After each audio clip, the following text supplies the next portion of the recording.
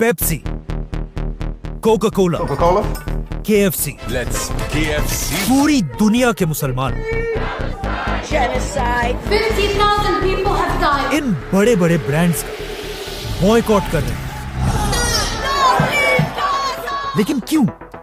आखिर मुसलमानों के इस बॉयकॉट का फायदा क्या है? How effective are these boycotts? किस तरह इन कंपनीज को बॉयकॉट करने से फलस्तीन में किसी बच्चे की जान बचाई जा सकती है? I literally cry every day. और इस बॉयकॉट से इजराइल को क्या फर्क पड़ता है? Give us the tools faster and we'll finish the job faster. असल में मुसलमानों की इस बॉयकॉट की स्टोरी यहाँ से नहीं, बल्कि आज से बहुत साल पहले दुनिया के एक बहुत बड़े लीडर नेल्सन मंडेला के साथ शुरू होती है, जिसने अपने मुल्क साउथ अफ्रीका को गोरों की गुलामी से निकालकर रेसिज्म के खिलाफ दुनिया की सबसे बड़ी कैंपेन और उसे एक ऐसा स्टेट बनाया जहां व्हाइट, ब्लैक सबके लिए एक ही कानून हो। The human rights of all our citizens. जिसके बाद नेल्सन मंडेला पूरी दुनिया में फेमस हुए और अमेरिका का ये ख्याल था कि वो नेल्सन मंडेला को भी बिल्कुल बाकी लीडर्स की तरह अपना एक पपेट लीडर बनाएगा। लेकिन नेल्सन मंडेला कोई आम लीडर नहीं था। वो इससे पहले 27 साल जेल में रह बहुत ही स्ट्रगल से यहाँ तक पहुंचा था और उसे कंट्रोल करना कोई आसान काम नहीं था, क्योंकि जब नेल्सन मंडेला अपनी ताकत की पीक पर था उनसे एक इंटरव्यू लिया गया जिसमें उन्होंने क्लियरली कहा कि ये जरूरी नहीं है कि जो अमेरिका का दुश्मन हो वो हमारा भी दुश्मन हो। और साथ ही अमेरिका के पॉलिसीज के खिलाफ जाकर कहा कि हम चाहते हैं फलस्तीन को उसका हक दिया जाए, क्योंकि फलस्तीनियों की जंग भी बिल्कुल हमारी तरह एक आजादी की जंग है।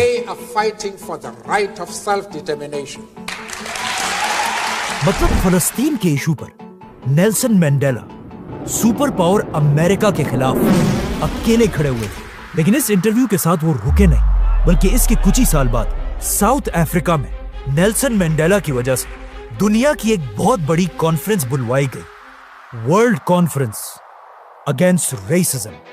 इस कॉन्फ्रेंस के एजेंडा में बहुत सारी चीजें थी, जिसमें दुनिया का हर मुल्क इनवाइटेड था। इस कॉन्फ्रेंस का मकसद यह था कि दुनिया के हर जुल्म के खिलाफ मिलकर आवाज उठाई जाए, इंक्लूडिंग इजराइल का फलस्तीन पर जुल्म।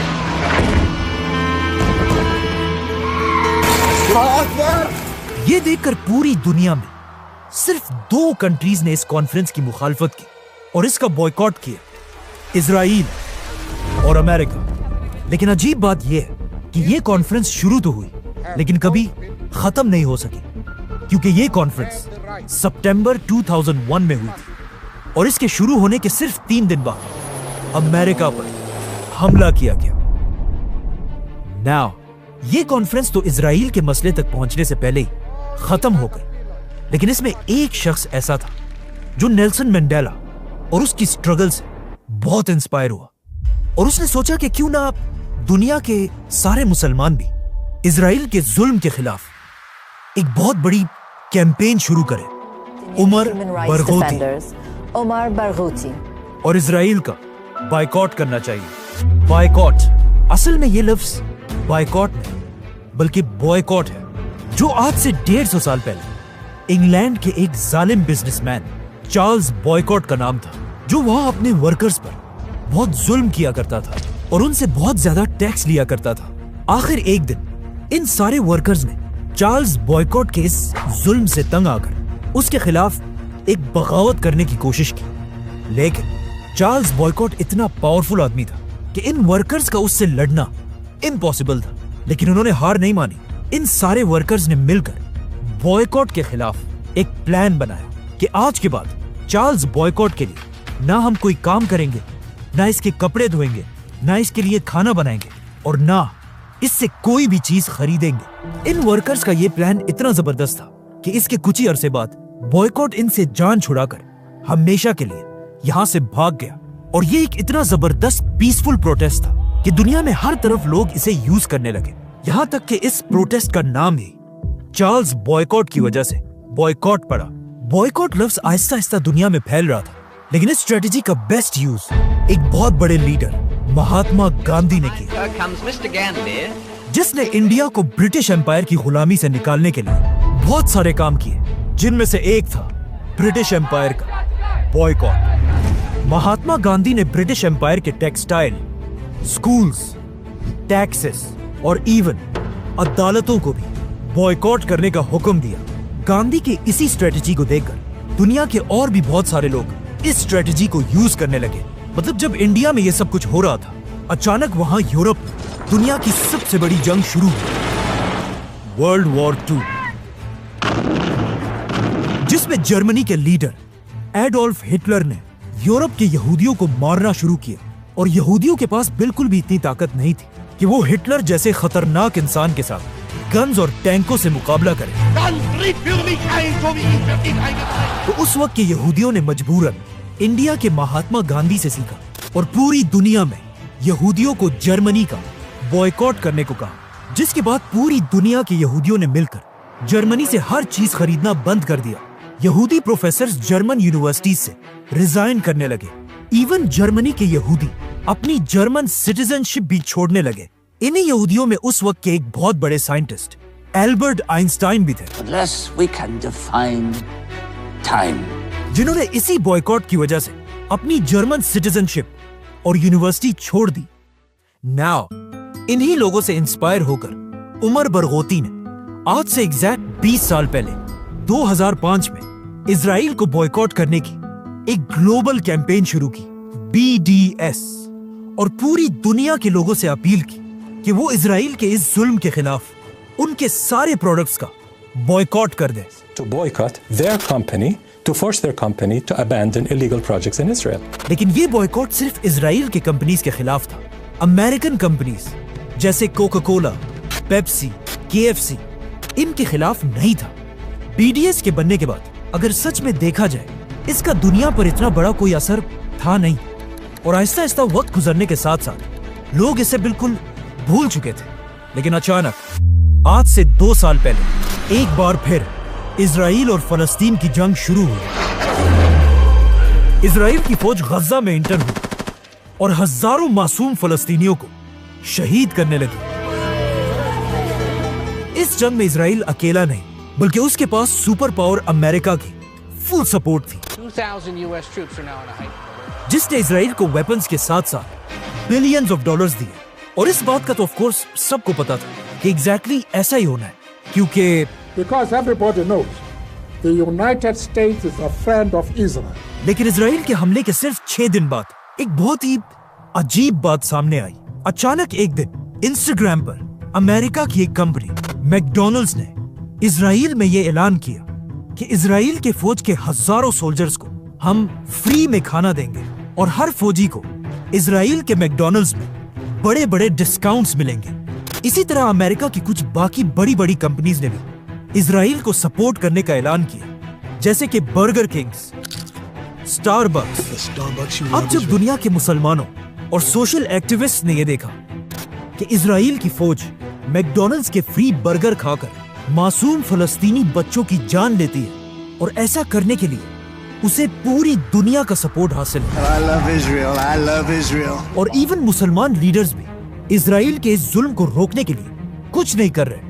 तो अब जब और कोई रास्ता नहीं था, तो लोगों ने खुद इजराइल पर प्रेशर डालने के लिए वही बॉयकॉट BDS की कैंपेन दोबारा शुरू की। In campaigns such as BDS. इस बॉयकॉट में सिर्फ मुसलमान नहीं, बल्कि क्रिश्चियंस, एथियस्ट और इवन बहुत सारे यहूदी भी शामिल हैं। Jewish support for BDS. और इजराइल के खिलाफ ये बॉयकॉट आज दुनिया के तारीख की सबसे बड़ी बॉयकॉट कैंपेन बन चुकी है। लेकिन ये कैंपेन थोड़ी कंट्रोवर्शियल भी है, क्योंकि आज दुनिया के मुसलमान 2 बड़े ग्रुप्स में बढ़ चुके हैं। एक ग्रुप वो जो कहता है इजराइल के खिलाफ इस बॉयकॉट का कोई फायदा नहीं है, और दूसरा वो ग्रुप जो कहता है हमें हर हाल में इजराइल के खिलाफ बॉयकॉट करना चाहिए। जो लोग इस बॉयकॉट के खिलाफ है, वो कहते हैं इस बॉयकॉट का अब तक क्या फायदा हुआ है।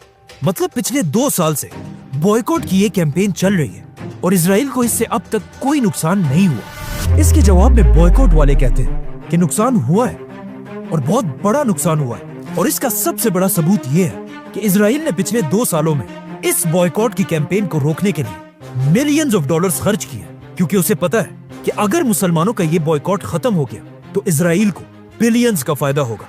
क्योंकि इस जंग के शुरू होने के बाद अब तक दुनिया की बड़ी बड़ी कंपनीज इजराइल को छोड़कर जा चुकी है, जिसमें सबसे बड़ी कंपनी का नाम है इंटेल। इंटेल ने इजराइल के साथ $25 बिलियन की डील इस जंग की वजह से खत्म कर दी है, और ये डील इजराइल की तारीख की सबसे बड़ी डील थी। सिर्फ यही नहीं, बल्कि इजराइल पर इतना प्रेशर है कि अब तक इजराइल में 46,000 कंपनीज बंद हो चुकी है। इस जंग से इजराइल के अगर पूरे नुकसान को देखा जाए तो वो कुछ $300 बिलियन बनते हैं, और इजराइल अब तक इस जंग में 66,000 फलस्तीनियों को मार चुका है। मतलब फलस्तीन के हर एक शख्स के शहीद होने से इजराइल को $5 मिलियन का नुकसान हुआ है। वेट। अगर इजराइल फलस्तीन पर इतना ही जुल्म कर रहा है तो लोगों को चाहिए इजराइल का बॉयकॉट करें, अमेरिकन कंपनीज का नहीं। पेप्सी, कोका कोला, KFC, ये सारी तो अमेरिकन कंपनीज हैं। इनका इजराइल के साथ क्या ताल्लुक है? ताल्लुक है अमेरिका के इन कंपनीज की इन्वेस्टमेंट के बगैर इजराइल की दुनिया में कोई औकात नहीं है। मतलब हर साल अमेरिका के इन कंपनीज की तरफ से इजराइल में बिलियंस ऑफ डॉलर्स इन्वेस्ट होते हैं, जिसकी वजह से इजराइल की पूरी गवर्नमेंट, फौज और इकोनॉमी चलती है। लेकिन अब मसला ये है कि अमेरिका की ये कंपनीज सिर्फ इजराइल में नहीं, बल्कि इजराइल से बाहर 57 इस्लामिक कंट्रीज में भी फैली हुई हैं, और दुनिया के 200 करोड़ मुसलमान हर दिन इन कंपनीज के प्रोडक्ट्स को यूज करते हैं। अब अगर पूरी दुनिया के मुसलमानों ने मिलकर अमेरिका के इन कंपनीज को वार्निंग दी कि या तो तुम्हारा बिजनेस दुनिया के 200 करोड़ मुसलमानों के साथ होगा, और या सिर्फ 1 करोड़ की आबादी वाले इजराइल के साथ, तो जब ये कंपनीज एक तरफ 200 करोड़ और दूसरी तरफ सिर्फ 1 करोड़ लोगों को देखेंगे तो इनके पास कोई ऑप्शन नहीं बचेगा, और वो अपनी सारी इन्वेस्टमेंट इजराइल से निकाल देंगे, जो शुरू हो चुका है। Several global companies have pulled out their operations from Israel. Starbucks has fired its CEO. McDonald's global sales are declining. Burger King is changing its name. KFC is closing branches. ये सब तो ठीक है, लेकिन अमेरिका की इन companies ने Pepsi, Coca Cola, KFC, McDonald's हमारे मुल्कों में लाखों लोगों को जॉब्स दी हैं, और अगर इन कंपनीज का बॉयकॉट किया गया तो इन लाखों गरीब लोगों की जॉब्स खत्म हो जाएंगी। मतलब इस बॉयकॉट से सबसे बड़ा नुकसान हमारे लोगों का ही होगा। ये बात तो ठीक है, इसमें कोई शक नहीं है, लेकिन इसे समझने के लिए हमें पीछे जाना होगा। वर्ल्ड वॉर 2 में एक वक्त ऐसा आया था कि जब जापान की एम्पायर ने चाइना पर हमला कर दिया था, और चाइना के लोगों पर बहुत जुल्म करके बहुत सारा इलाका फतह कर लिया था। ये एक ऐसा टाइम था कि जब चाइना एक बहुत ही कमजोर और गरीब मुल्क था। मतलब चाइना के अंदर दुनिया को बेचने के लिए कोई भी चीज नहीं बनती थी, और चाइना अपनी हर चीज बाहर की दुनिया से इंपोर्ट करता था। लेकिन जापान के इस हमले और जुल्म के बाद चाइना की आवाम ने एक फैसला किया कि आज के बाद हम अपनी जरूरत की हर चीज चाइना के अंदर खुद बनाएंगे। चाइना के इसी बॉयकॉट की वजह से आहिस्ता आहिस्ता लोग खुद हर चीज बनाने लगे, जिसे आगे जाकर एक बहुत ही फेमस नाम मिला, मेड इन चाइना, जो आज पूरी दुनिया में फैला हुआ है। तो मतलब ये बात बिल्कुल सही है कि आज अगर अमेरिका की कंपनीज का बॉयकॉट किया गया, उससे लाखों लोगों की जॉब्स तो जाएंगी, लेकिन क्या पता बिल्कुल चाइना की तरह हम भी खुद इन कंपनीज को छोड़कर अपनी खुद की कंपनीज बनाने लगे, जो आहिस्ता आहिस्ता इस बॉयकॉट की वजह से हो भी रहा है। मतलब इजराइल के इस बॉयकॉट के बाद पाकिस्तान में कोका कोला के मुकाबले में कोला नेक्स्ट एक बहुत बड़ी कंपनी बन चुकी है। और ये सिर्फ पाकिस्तान में नहीं, बल्कि पिछले 2 सालों से मलेशिया में लोग अमेरिका की कंपनी स्टारबक्स को छोड़कर अपनी लोकल कंपनी ZUS कॉफी की तरफ जाने लगे, जिसकी वजह से ZUS कॉफी ने मलेशिया में अब तक सिर्फ 2 सालों में 360 ब्रांचेस खोली है। इसी तरह इजिप्ट में लोग KFC को छोड़कर बजूका फ्राइड चिकन खरीदने लगे, जो अब इजिप्ट से बाहर एक ग्लोबल ब्रांड बनने लगा है। ऊपर तुर्की में KFC की सारी ब्रांचेस 500 ब्रांचेस बिल्कुल बंद हो चुकी हैं, और उसकी जगह लोग एक लोकल ब्रांड CTR चिकन को प्रमोट कर रहे हैं। और इंडोनेशिया में भी KFC की जगह CFC ने ले ली है। मतलब अमेरिका के इन कंपनीज के बॉयकॉट से जो लाखों जॉब्स खत्म हो रही हैं, उधर at the same time in local companies के ताकतवर होने की वजह से हजारों नई जॉब्स क्रिएट भी हो रही हैं, जिसका हमारे मुल्कों को ज्यादा फायदा है।